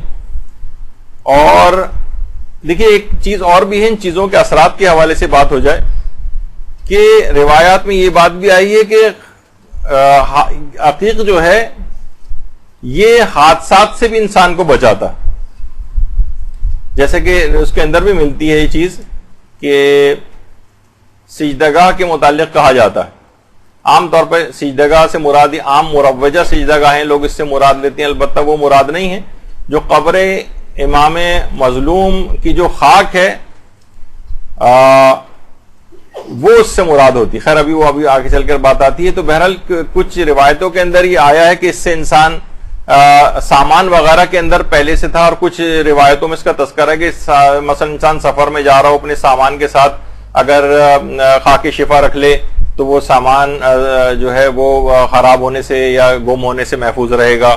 انسان اپنے ساتھ سفر میں ساتھ رکھے تو پریشانیوں سے محفوظ رہے گا. تو آیت اللہ بشیر نجفی سے بھی یہ سوال پوچھا گیا تو انہوں نے یہ کہا کہ جی ہاں یہ اس کے فوائد ہیں، البتہ اصلاً یہ فوائد قبر امام مظلوم کی خاک کے ہیں. ایسا نہیں ہے کہ کہیں جو عموماً ہمارے گھروں میں سجدگاہیں ہوتی ہیں یہ ان کے اوپر سجدہ تو صحیح ہے لیکن یہ قبر امام مظلوم کی خاک نہیں ہے. ہاں خاک کربلا ہو سکتی ہے لیکن تمام خاک کربلا کے اندر بھی خصوصیت نہیں ہے، یہ صرف مخصوص فاصلے کی مٹی مراد ہے جو قبر امام مظلوم سے قریب ترین ہے. تو اچھا البتہ کتنی ہی دیکھیے روایات ایسی آئی ہیں جیسے کہ امام رضا کی یہ روایت جو سب سے پہلی روایت لکھی ہوئی، علماء کہتے ہیں صحیح اور معتبر ترین روایت کہ العقیق ینفی الفقر ولبس العقیق ینفی النفاق. تو عقیق جو ہے یہ فقر و فاقے کو دور کرتا ہے اور عقیق کا پہننا نفاق سے بھی انسان کو محفوظ رکھتا ہے، اور یہ معتبر روایات کے اندر یہ چیز آئی. تو بہرحال یہ کہ علماء فرماتے ہیں کہ جو شخص عقیق پہنتا ہے اس سے زیادہ تر نیکیاں سرزد ہوتی. البتہ علماء کہتے ہیں کہ جتنے بھی فائدے عام طور پر عقیق کے اندر جو پائے جاتے ہیں کہ اس کے جتنے بھی فوائد پائے جاتے ہیں، مثلا یہ جتنے بھی فائدے ابھی آپ کے سامنے جو ذکر بھی ہوئے ہیں جو لکھے ہوئے بھی آپ کو نظر آ رہے ہیں، فرماتے ہیں کہ تمام فائدے یقیناً ہیں لیکن یہ حتمی نہیں ہیں اور دوسری شرائط کی موجودگی میں شائستگی رکھتے ہیں. یعنی ایسا نہیں کہ بس آپ نے اب انگوٹھی جو ہے پہن لی اب آپ کچھ بھی گناہ کرتے رہیں بس ہر صورت میں آپ کو یہ سارے فائدے حاصل ہوں گے، نہیں. مثلا کوئی شخص جو ہے وہ نماز آپ کو تمام کتنی نماز پڑھنے کے کتنے فائدے ہیں، جسمانی فائدے ہیں، روحانی فائدے ہیں، نفسیاتی فائدے ہیں، اور برکت ملتی ہے اور رزق میں اضافہ ہوتا ہے، کتنی آپ چیزیں پڑھتی ہیں. بشرطے آپ نماز کو دیگر شرائط کے ساتھ ملا کر اس قابل بنائیں کہ یہ فائدے آپ کو حاصل ہو سکیں. مثلا آپ نے کتنی اچھی نماز آپ پڑھ رہی ہوں اور کتنی اچھی قرات آپ کی ہو، آپ کے ہاتھ میں 10 انگوٹھیاں بھی مثلا پہن رکھی ہوں، لیکن وہ لباس جس کے اندر آپ نماز پڑھی اس کا خمس نہ نکالا، خمس واجب الادا مال والا لباس پہنا ہوا ہے آپ نے. مثلا کسی شخص تمام افراد کے اوپر ظلم کر رہے ہیں، زیادتی کر رہے ہیں اور آپ عقیق کی انگوٹھی بھی آپ نے پہنی ہوئی ہے. تو کہتے ہیں کہ دیگر شرائط کی موجودگی میں شائستگی رکھتی ہیں یہ چیزیں. ایسا نہیں ہے کہ بس یہ پہن لیا تو سوچتے ہیں کہ بس اب ہمارے پاس کوئی وہ نگینہ جو رگڑ کے وہ جن حاضر ہو جاتا تھا بس ہمارے سارے کام ہو جائیں گے، نہیں ایسا نہیں. تو دیگر تمام شرائط کا خیال بھی رکھنا پڑتا ہے تب یہ چیزیں اصلاً اپنا فائدہ دیتی ہیں. تو روایات میں دیکھیے یہ چیزیں بھی آئی ہیں کہ دائیں ہاتھ میں عقیق کی انگوٹھی پہننے والا شخص مقربین کی صف میں شامل ہو جاتا ہے. اچھا، اس کا فائدہ یہ پیچھے سے چلا آ رہا ہے، کیونکہ روایت میں جملہ ہے کہ پیغمبر اسلام خود اپنے دائیں ہاتھ کے اندر عقیق یا انگوٹھی پہنا کرتے تھے، تو اس کے وہ اثرات ہیں خاص طور پر کہ اس سے ہمیشہ پھر نیکیاں سرزد ہوتی نظر آتی ہیں. تو بہت سارے دیکھیے علماء ہیں، علامہ فیروز آبادی، ان کی القاموس جو کتاب ہے بہت مشہور، اور تاج العروض ہے، اس کے اندر بھی یہ بات لکھی ہوئی ہے. ان تک اہل سنت علماء ہیں، اور لغات کے اعتبار سے جہاں انہوں نے ذکر کیا فرماتے ہیں. اچھا، یہ اس پہ بہت سے علماء نے کام کیا کہ دل کی بیماریوں، جیسے ابھی ذکر آیا تھا دھڑکن وغیرہ کے اعتبار سے اس کے بڑے فوائد ہیں. اور ایک چیز کا اور اس پہ تحقیق بھی ہونی چاہیے کہ کہا جاتا ہے کہ جو خون نہ جمنے کا جو مرض ہوتا ہے، جس کے اندر پلیٹلیٹس وغیرہ کم ہو جاتے ہیں، سفید جسے خون کہا جاتا ہے عام طور پر عام لوگوں کی زبان میں، وہ جب کم ہو جاتا ہے تو جسم کے اندر اندرونی طور پر بلیڈنگ وغیرہ شروع ہو جاتی ہے. تو اگر عقیق ایسے عام طور پر مریضوں کی چیزیں اتار دی جاتی ہیں ہاتھوں سے، لیکن کہتے ہیں کہ اگر اس کو پہنا کے رکھیں تو یہ جو بلیڈنگ ٹینڈنسی اس طرح سے ہوتی ہے، یہ اس سے انسان بچ جاتا ہے. کچھ یہ آبزرو کیا گیا ہے. اچھا، اسی طرح سے جو اگر کسی کے کوئی زخم ہو گیا اور بلیڈنگ ہو رہی ہو، اس کے اندر بھی اس کو کہا جاتا ہے کہ مفید ہے کہ اس سے خون جو ہے وہ رک جاتا ہے. اور دل کی جو گھبراہٹ، اینزائٹی، جو ٹینشنز وغیرہ آج کل بہت ہوتی ہیں، اس سے بھی یعنی خود اس کے اندر کچھ ایسے اثرات ہیں جس سے یہ چیزیں اعتدال میں رہتی. اور لوگوں نے بعض اوقات دیکھا بھی ہے کہ حادثہ اگر کوئی ہو جائے جس میں بلیڈنگ وغیرہ ہاتھ سے بہت ہو رہی ہے اور خون رک نہ رہا ہو، جو بہت سارے شارپ آبجیکٹ سے جو عام طور پر ہوتی، مثلا آپ شیشے کا گلاس اندر سے صاف کر رہی ہیں اور اندر سے کہیں وہ ٹوٹ گیا اور ایسا شارپ ایج اس کا کوئی لگا کہ وہ پھر بلیڈنگ رکتی نہیں، بعض اوقات ہاسپٹلس کے اندر بھی روکنا مشکل ہو جاتا ہے. تو ایسے افراد کے لیے بھی کہا جاتا ہے کہ اگر عقیق پہنایا جائے ان کو، تو یعنی یہ لوگوں نے اپنے طور پر اب اتنے واسٹ لیول کے اوپر ان چیزوں کا ایکسپیریمنٹ نہیں وہ، لیکن اگر دیکھیں تو کچھ نہ کچھ ان کے نتائج جو ہے اس انداز سے نکلیں گے. اچھا، اب ان چیزوں کے اسناد کے لحاظ سے ایک گفتگو ہوتی، تو دیکھیے روایات بہت زیادہ اس سلسلے میں آئی ہیں اور بے شمار روایات آئی ہیں. تو جس طریقے سے ہر ثابت شدہ مسئلے کے لیے اس کے اثبات میں معتبر روایتیں بھی ہوتی ہیں اور غیر معتبر روایات بھی ہوتی. مثلا جھوٹ ہے، جھوٹ کا حرام ہونا بالکل ثابت. اچھا، جھوٹ کی جب آپ اخلاقی احادیث تلاش کریں گی تو آپ کو ہر طرح کی احادیث ملیں گی، معتبر حدیثیں بھی ملیں گی، غیر معتبر حدیثیں بھی ملیں گی. لیکن جھوٹ کا حرام ہونا یہ بالکل ثابت شدہ امر ہے. اب اس کے لیے اگر غیر معتبر یعنی یا ضعیف روایات بھی مل جائے تو علماء وہ بھی پیش کر دیتے ہیں. اس میں کوئی نئی چیز ہم ثابت نہیں کر رہے ہیں، ایک ثابت شدہ بات کی سپورٹ میں اس کو پیش کر رہے ہیں. تو اس کے اندر اکثر افراد جو غیر ضروری طور پر اسناد کی بحثیں لے کر آتے ہیں روایات کے اندر، جو کہ ہر موضوع پر ہی، ہر ثابت شدہ امر پر ہی دونوں طرح کی روایات موجود ہوتی، تو اس کو اچھا دوسرے کے فوائد، اس میں کوئی واجب و حرام والا کوئی مسئلہ نہیں ہے، کوئی عقائد کا مسئلہ ڈسکس نہیں ہو رہا ہے، چیزوں کے فائدوں کا مسئلہ ڈسکس ہو رہا ہے. اب دیکھیں کہ جیسے آیت اللہ بہجت کہا کرتے تھے کہ طب معصومین پہ اگر انسان عمل کرے تو تمام بیماریوں سے محفوظ ہو سکتا ہے، کسی دوا کی ضرورت بھی نہ پیش آئے. لیکن اگر آپ طب معصومین کی روایات کو اس طرح سے پرکھیں جس طریقے سے یہ فقی معیار کے اوپر اگر پرکھیں تو اس میں سے اکثر و بیشتر احادیث ضعیف ہیں. 95% شاید احادیث ضعیف ہے طب معصومین کی، جو طب امام صادق اور طب امام رضا اور اس طرح کر کے بہت ساری طب سے ریلیٹڈ جو علماء نے جمع کی. لیکن اس کے باوجود بھی ان کا ذوف نقصان نہیں پہنچاتا ہے، یعنی وہ اس کے باوجود بھی ان کو روایات کو قبول کیا جاتا ہے، اور اس کے کیونکہ فوائد اور وہ سب بھی نوٹ کیے گئے تو انسان بیماریوں سے محفوظ رہتا ہے. واجبات و حرام کا مسئلہ نہیں کہ ہم اسناد روایات کو بیس بنائیں. تو اسی طریقے سے بالکل ایسا ہی ان پتھروں کے سلسلے میں بھی ہے، اس میں معتبر روایات بھی ہیں اور اس میں غیر معتبر روایات بھی ہیں.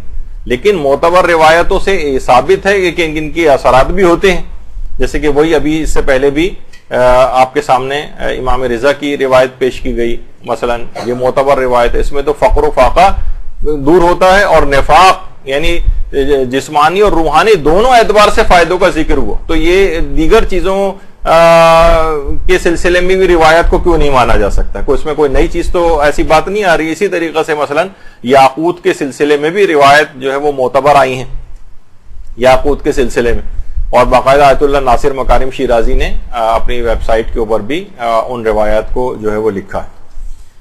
اچھا، اب یہ دیکھیے خواص اور خصوصیات یہ اس وقت ہی زیادہ فائدے مند اور وہ چیز ثابت ہوں گے کہ یہ اثرات رکھتے ہوں گے جب وہ پتھر اصلی ہوگا. جعلی پتھر تو وہ فائدہ نہیں ہے نا. تو پھر آپ کو اصلی عقیق کی پہچان کی، اصلی فیروزہ کی پہچان کے کیا طریقے ہیں؟ دیکھیے عام طور پر بازاروں کے اندر جو عقیق اور یہ پتھر ملتے ہیں، ایک رف اندازے کے مطابق 90 سے 95% ملنے والے پتھر جعلی ہوتے ہیں، یا تو شیشے کے ہیں یا پلاسٹک کے ہیں یا کسی اور چیز کے. اچھا، اب جو بھی کوئی شخص بازار سے بھی خریدنے جاتا ہے اور پہچان نہیں ہے، اس کو پہچان ہے تو وہ پہچان لے گا کہ کون سا صحیح پتھر ہے کون سا نہیں ہے. حتیٰ کہ لوگ ویسے سب سے زیادہ کہا جاتا ہے کہ جو جعلی پتھر جو ہے وہ چائنا سے آتے ہیں اور انڈیا وغیرہ سے آتے ہیں. پاکستان میں بھی اکثر جعلی زیادہ مل رہے ہوتے ہیں. تو اور لوگ سوچتے ہیں کہ شاید ایران اور عراق میں ایسا نہیں ہوتا، وہاں پر بھی کافی تعداد میں جعلی ملتے، لیکن یہ کہ عموماً اس کی شرح نسبتاً کم ہوتی ہے. لیکن ظاہر ہے بس جو زائرین جاتے ہیں اس کے بعد دکان والے بھی جو ہیں وہ ون ٹائم بزنس کے اعتبار سے انہیں پتا ہے کہ ابھی گیا تو سالوں سال نہیں آئے گا یا پھر آئے گا ہی نہیں کبھی، تو جو بھی ہے جس طرح سے بھی اس کو دھوکہ دے دیا جائے. دکان والوں کی تو ایک ہی نیچر ہوتی ہے، وہاں مقامات مقدسہ میں جتنے بھی ڈرائیور حضرات ملتے ہیں، دکان والے ملتے ہیں، ہم لوگ تو اپنی سادہ لوہی میں یہ سوچ رہے ہوتے ہیں کہ یہ ہمارا بہت ظاہر کے طور پر احترام کر رہے ہوں گے اتنی مقدس جگہ پہ، لیکن ان کے خیالات اس طرح کے زیادہ تر کے نہیں ہوتے. تو بہرحال یہ اس طرح سے ہوتا ہے. تو یا تو یہ جوہری حضرات اس کو عام طور پر پہچانتے ہیں، ان کے پاس طریقے ہوتے ہیں، ان کے پاس مختلف آلات ہوتے ہیں جس سے وہ پتہ چلاتے ہیں. اور اس میں بھی اگر ہم دیکھتے ہیں تو اس میں جو مثلا اصلی عقیق ہے اس کا سیکشن وغیرہ بھی لیے جاتے ہیں، تو وہ اس کے اندر خیر جوہری حضرات پہچان لیتے ہیں کہ اندر ان کے جو ہے وہ رنگوں کی دھاریاں ہوتی ہیں جو ایک دوسرے کے متوازی اور پیرلل ہوتی ہیں، متوازی اور پیرلل، اور وہ سب لائنز میں ہم مرکز اور گول ہوتی. لیکن عام طور پر ایسا ہمیں تو نظر نہیں آ رہا ہوتا ہے، کیونکہ ہم جو دیکھ سکتے ہیں اس میں یہ ایک چیز دیکھ سکتے ہیں کہ عام طور پر جو اصلی عقیق ہوتے ہیں ان کے اندر کچھ دھبے ٹائپ کے نظر آتے ہیں. عام طور پر جو شیشے یا پلاسٹک کے ہوتے ہیں وہ اندر سے بالکل ایک جیسے ہوں گے. اصل کی پہچان یہ کہ اس کو اگر آپ روشنی وغیرہ کے اندر دیکھیں تو اس کے اندر آپ کو دھبے نظر آئیں گے. یہ اس کے اصلی ہونے کی پہچان. اگر کوئی دھبا نہیں ہے، بالکل کرسٹل کلیئر ہے، تو بہت امکان ہے کہ آپ کے ہاتھ میں جعلی عقیق ہے. اچھا، ایک تو یہ. تو اسی طریقے سے یہ دیکھیں آپ، بہت سے عقیق ایسے ہیں کہ جن کو بہت زیادہ تیز لائٹ میں اگر دیکھیں تو ان کے اندر اندرونی طور پر اس میں دھبے جو ہے وہ نظر آتے. کچھ کے تو خیر رنگ ایسے ہوتے ہیں، لیکن جو عام طور پر جو کلیجی رنگ کا یا کچھ اور اس طرح سے عقیق ہوتے ہیں سرخ والے، اس کے اندر تو آپ کو واضح طور پر اندر جو ہے وہ دھبے نظر آتے ہیں. دوسرا ایک اور اس سلسلے میں ایک چیز ہے کہ اگر اس کو آپ لائٹر کے ذریعے بھی چیک کر سکتے ہیں. مثلا آپ اسے عقیق کو آگ کے قریب لے جائیں، بلکہ اس عقیق کو آپ آگ اس کے اوپر رکھ کے اسے جلائیں، عقیق کے بالکل منہ پر لائٹر جلائیں آپ، تو اگر پلاسٹک کا ہوگا تو وہ جل کر خراب ہو جائے گا، اور اگر اصلی عقیق ہوا تو کچھ بھی اس پر اثر نہیں ہوگا. شیشے پہ بھی کوئی اثر نہیں ہوا، لیکن عموماً شیشے کا تو وہ ابھی ایک اور میں بتاتا ہوں، اس سے واضح طور پہ پتہ چل جائے گا کہ وہ شیشے کا ہے. یعنی لیکن عام طور پر پلاسٹک کے سب سے زیادہ مل رہے ہوتے ہیں. پلاسٹک کا ہوگا تو فوراً جل جائے گا، تو آپ کہیں گے بھائی جل کے تو خراب ہو جائے گا، تو آپ کو پلاسٹک کا وہ لے کے کرنا کیا ہے اس کا، وہ خراب ہو بھی جائے تو اچھا، پتہ چل گیا آپ کو، اسے پھینکیے آپ اٹھا کے. تو بہرحال ایک تو یہ ہوا، تو یہ عام طور پر ہوتا ہے. دوسرا بہت زیادہ آسان ایک طریقہ یہ ہے کہ اسے اگر آپ اس کی مثلا آپ کے موبائل فون میں جو ٹارچ ہوتی ہے اس کی لائٹ کے اوپر اگر عقیق رکھ دیا جائے اور وہ بالکل اس کو ایسا ریفلیکٹ کرے گا کہ بالکل جس طرح شیشہ ہوتا ہے نا، اگر وہ شیشہ ہے یا پلاسٹک ہے تو بالکل ساری روشنی باہر نکال دے گا، ذرا سے بھی اندر جذب نہیں کرے گا. جبکہ اصلی عقیق ہوگا اس کے، دیکھیے جیسے عام طور پر یہ بلب ہوتا ہے، یہ ساری روشنی اس طرح سے پوری باہر نکال دیتا ہے، لیکن اگر اصلی عقیق ہوگا تو اس کے پیچھے آپ نے لائٹ رکھی تو ساری لائٹ کو اپنے اندر ایبزارب کرے گا، بہت ہی کم لائٹ باہر نکالے گا. پیچھے سے دیکھیے اسٹرانگ لائٹ ہے لیکن اس نے جو ہے ساری لائٹ کو اپنے اندر جذب کر لیا. یہ اس کے یعنی اگر آپ پیچھے سے اس کے اسٹرانگ لائٹ ماریں تو دھبے بھی آپ کو جو ہے اس کے نظر آ جائیں گے واضح طور پر، اس سے اس کی پہچان ہوگی. اور دوسرا ہی کہ لائٹ کو اپنے اندر ایبزارب کر لیتا. یہ دیکھیں آپ نے اس کے پیچھے ایک اسٹرانگ لائٹ تھی لیکن اس نے اس کو نا جذب کر لیا لائٹ کو ساری. یہ دیکھیے آپ، تو اس طرح سے ہوتا ہے. یہ دیکھیں اس کے اندر بھی دھبا آپ کو اس کے اندر نظر آ رہے ہیں اور پیچھے سے اس نے ساری لائٹ بھی ابزارب کر لی، عقیق اصلی ہونے کی پہچان. لیکن اگر پوری تیز لائٹ وہ ریفلیکٹ کر رہا ہے باہر کی طرف تو سمجھ جائیے کہ وہ نقلی عقیق. اچھا، اسی طرح سے جو عام طور پر جو نقلی عقیق ہیں یہ چاندی وغیرہ میں لگے بھی نہیں ہوتے. ایک میگنیٹ ٹیسٹ بھی کہلاتا ہے میگنیٹ کا، یعنی اگر آپ کو عقیق یہ معلوم کرنا ہو کہ اصلی چاندی ہے نہیں تو اس کے قریب لے کر آئیے تو یہ نان میگنیٹک ہوتا ہے، سلور جو ہوتا ہے یعنی چاندی، اس سے آپ پتہ چلا لیں گے. ورنہ لوہے، کوبالٹ یا کسی اور طرح کی کوئی چیز ہوئی تو فوراً جو ہے وہ میگنیٹ کو اٹریکٹ کرے گا، چپک جائے گا اس کے ساتھ آ کے. لیکن اگر یہ سلور کو بھی اگر آپ کو چیک کرنا ہے تو اس سے بھی پتہ چل جاتا ہے، کیونکہ خود آپ نے دیکھا کہ سلور میں پہننے کا بھی ایک الگ روایات کے اندر اس کا بھی ایک فائدہ اور ثواب جو ہے وہ بتایا گیا ہے. تو اس لحاظ سے بھی ہمیں دیکھنا چاہیے. خیر، پھر اس کے بعد ایک چیز اور بھی ہے، اس سے کچھ حضرات کہتے ہیں کہ یہ طریقہ صحیح ہے، اس سے بھی عقیق کے اصلی ہونے کا پتہ چلتا ہے، اور کچھ کہتے ہیں کہ نہیں یہ اتنا معتبر نہیں. لیکن بہرحال دونوں طرف کے جو افراد ہیں وہ کہتے ہیں کہ اگر ایک بال کو آپ عقیق اصلی کے اوپر رکھیں اور اس کو جلائیں مثلا سگریٹ کے ذریعے کسی بھی اور چیز سے، تو اگر عقیق اصلی کے اوپر رکھا ہوا ہے وہ بال تو وہ کبھی جلے گا نہیں. اور جیسی آپ اس کو عقیق سے جعلی عقیق یا کسی اور چیز پہ رکھیں گے فوراً جل جائے گا. بہت سے لوگوں نے اس کا تجربہ کیا، اللہ عالم، میں نے تو کبھی نہیں کیا، لیکن یہ سننے میں آتا ہے کہ یہ بھی ایک طریقہ ہے. لیکن کچھ افراد کا جو ماہر ہیں وہ کہتے ہیں کہ نہیں، یہ بعض اوقات اصلی عقیق کے اوپر بھی جلا دیتا ہے. اور لیکن زیادہ تر لوگوں کا عمومی ایک رجحان یہ ہے کہ ایک طریقہ یہ بھی ہے، لیکن یہ اتنا زیادہ مجھے اس کے متعلق معلومات نہیں. تو عقیق کے لحاظ سے تو اس کے پہچان یہ ہو گئی. اچھا، اب آ جائیے فیروزہ. اچھا، فیروزے میں بھی دیکھیے ایک تو اصلی نیشہ پوری فیروزہ کہلاتے ہیں. اصلی نیشہ پوری فیروزہ جو سب سے اس کی اعلیٰ ترین قسم ہے فیروزے کی، اس میں اس کے نچلے حصے کو اگر آپ دیکھیں تو نچلے حصے پر اس کے اوپر کالے دھبے اور وینز سی جاتی نظر آتی ہیں. یہ اصلی نیشہ پوری عقیق ہونے کی اس کی نشانی.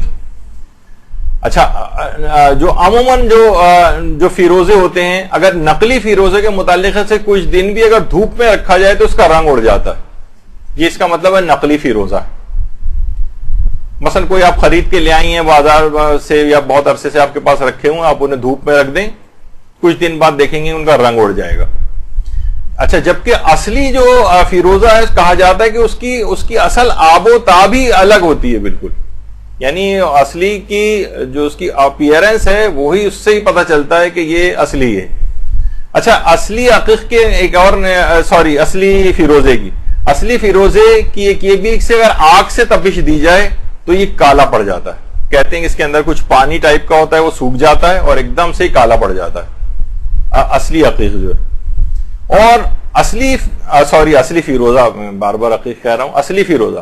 اچھا، اصلی فیروزے کو کچھ ماہرین ہی کہتے ہیں اس کو سوئی سے کسی شارپ آبجیکٹ سے اگر آپ رگڑیں، اسکریچ کریں تو اس پہ کوئی خاص فرق نہیں پڑتا. اگر کچھ ہوگا بھی تو اندر سے بھی وہی پتھر اسی رنگ کا نظر آئے گا. مثلا آپ نے کھرچا اس کو تو کھرچنے کے بعد چلیں، اگر آپ اوپر سے خراب نہیں کرنا چاہتی تو نیچے کی طرف سے کھرچ کے دیکھ لیجئے تو اس میں آپ کو اندر سے بھی وہی کلر نظر آئے گا اس کا، جو کہ اس کا اصل کلر ہے عقیق کا. اچھا، جبکہ فیروزہ اگر جعلی ہے تو اس کو کھرچنے سے اندر سے چونا ٹائپ کا سفید نکلنے لگے گا. یہ اس کے آپ نچلی سطح سے اس کو، تاکہ آپ بظاہر آپ کو دکھ ہو رہا ہے کہ میں اوپر سے اس کو خراب کروں، تو نیچے سے کھرچ کے دیکھ لیجیے، اگر چونا سا نکل رہا ہے وہ، تو اس کا مطلب ہے کہ وہ وہ فیروزہ اصلی نہیں ہے، بلکہ اس کو کہا جاتا ہے کہ یہ ڈائیڈ ہاولائٹ کہلاتا ہے۔ ہاولائٹ ایک الگ کیلشیم کی ایک ڈیریویٹو ہے، یہ اس سے عام طور پر بنایا جاتا ہے، اور یہ جعلی فیروزے ان کے اوپر رنگ وغیرہ کر کے اور اس کو فیروزے کے طور پر بیچا جاتا ہے۔ اور اصلی فیروزے کے متعلق یہ بھی ہے کہ اگر رات کے وقت آپ اصلی فیروزے کو جو ہے وہ دودھ میں ڈال دیں تو لوگ یہ کہتے ہیں، انہوں نے تجربہ کیا اس کا، کوئی دودھ پھٹ جاتا، جبکہ اگر نقلی آپ نے ڈال کے رکھا تو وہی دودھ جو اپنے ٹائم کے اوپر جو ہے جس طرح ہوتا ہے بس وہ اس طرح سے چلے گا، اس میں اس کا کوئی خاص دودھ پر اثر نہیں ہوگا۔ لیکن اگر عقیق اصلی کو اگر آپ نے ڈالا تو اس سے جو ہے وہ دودھ پھٹ جاتا ہے۔ تو اب بہرحال یہ اس کے اندر بہت ساری چیزیں ہیں، اور روایات میں یہ بھی آئی ہے چیز کہ جس ہاتھ میں بھی فیروزہ ہوگا وہ ہاتھ کبھی فقیر نہیں ہوگا، یعنی غریب نہیں ہوگا۔ جو عقیق کے اندر فائدے ہیں وہی فائدے فیروزے کے اندر بھی ہیں الگ سے، لیکن عقیق کے الگ نسبتاً فائدے بتائے گئے ہیں، فیروزے کے الگ ہیں، اس پہ پوری کتابیں بھی جو ہے وہ موجود ہیں۔ اور علماء کرام جو ہیں وہ بھی عقیق کو بھی پہنتے ہیں، فیروزے کو بھی پہنتے ہیں۔ آپ نے پچھلی نشستوں کے اندر بھی دیکھا تھا، آیت اللہ سیستانی فیروزہ پہنتے ہیں، عقیق بھی پہنتے ہیں۔ آیت اللہ کوئی دونوں ہاتھ میں، ایک ہاتھ میں عقیق ایک ہاتھ میں فیروزہ پہنتے تھے۔ رہبر معظم کی تو اگلی دفعہ ہم زیادہ تفصیل کے ساتھ بیان کریں گے، اور کہ وہ کون کون سے عقیق اور پتھر جو ہے عام طور پہ پہنتے ہیں، اس پہ کیا کندہ کرواتے ہیں۔ آیت اللہ بہجت کے متعلق بھی یہ بات ملتی ہے کہ وہ بھی اس انداز سے جو ہے مختلف پتھر وغیرہ پہنا کرتے تھے۔ اور صرف آپ نے دیکھا کہ صرف اس میں صرف یہ کہ استحباب ہی صرف مقصود نہیں ہے، بلکہ ان چیزوں کے فوائد بھی ہیں۔ فوائد میں یہ ہے کہ کچھ چیزوں پہ ہمارے یہاں اصل میں کام نہیں ہوا ہے، یہی چیز سائنس اس کے پیچھے اگر لگ جائے اور وہ ان چیزوں کے وہ نکال لے تو پھر لوگ بڑے آرام سے، مثلا کوئی بھی یہودی اور عیسائی ڈاکٹر بھی اس کے بعد کہہ دے گا، کوئی نامور ادارہ کہہ دے گا تو ہم فوراً اس کے اوپر یقین کر لیں گے۔ تو لیکن یہ کہ روایات کے اندر یا علماء کوئی چیز بیان کریں تو اس کو شک و شبے کی نگاہ سے عام طور پر دیکھا جاتا ہے۔ تو یہ دماغ سے اس طرح کی چیزوں کے متعلق نکال دیں کہ ان چیزوں کے کوئی اثرات نہیں ہے، اور صرف مستحب ہونے کی نیت سے اس کو جو ہے پہنا جائے، نہیں، اس پہ اللہ نے اثرات رکھے، اس نیت سے پہنے، اور اللہ ان کے ذریعے مختلف چیزوں سے انسان کو بچاتا ہے، مصیبتوں سے بچاتا ہے، ان کے اندر کچھ خصوصیات ایسی ہوتی ہیں، تو اس کو ماننے میں کوئی حرج نہیں ہے۔ البتہ براہ راست ان چیزوں کو اپنا حاجت روا سمجھنا یا براہ راست ان چیزوں کو مؤثر حقیقی سمجھنا یہ شرک ہے، اور یہ گناہ اور شرک کی منزل کے اوپر انسان کو لے جاتا ہے کہ پتھر سے ہم براہ راست کوئی چیز مانیں۔ لیکن اگر ہم اس کو یہ کہیں کہ اللہ نے ان کے اندر یہ اثرات رکھتے ہیں تو اس کو پھر پہننے میں کوئی حرج نہیں، اور یہ انشاءاللہ وہ فوائد دے گا۔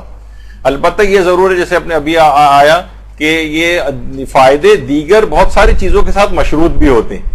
جس طریقے سے مثلا آپ علاج کریں اور پرہیز نہ کریں، آپ جو ہے نیک اعمال انجام دیں اور اس کے ساتھ اس کو تباہ و برباد کرنے والے اعمال بھی انجام دیں، تو پھر ان کے فوائد وہ چیزیں نظر نہیں آتی۔ انشاءاللہ اگلی نشست کے اندر جو پوری نشست ہوگی ہماری، عقیق کے اوپر کون سے نقش کندہ کروانے چاہیے جو بھی آپ انگوٹھی پہنے، اور ائمہ اور انبیاء اور اولیاء اور مجتہدین کرام کیا کیا نقش کندہ کرواتے رہے ہیں، یہ انشاءاللہ اس کا ایک موضوع بنے گا۔ اور ایک خاص نقش ہے جو کہ امیر المومنین سے منسوب ہے، اور وہ ہے شرف الشمس کہلاتا ہے۔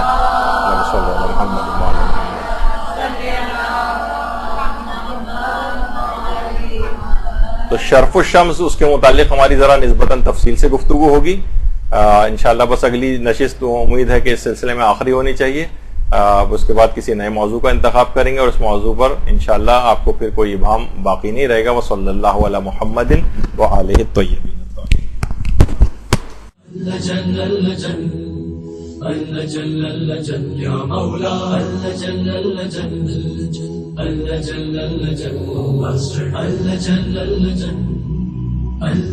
يا صاحب الزمان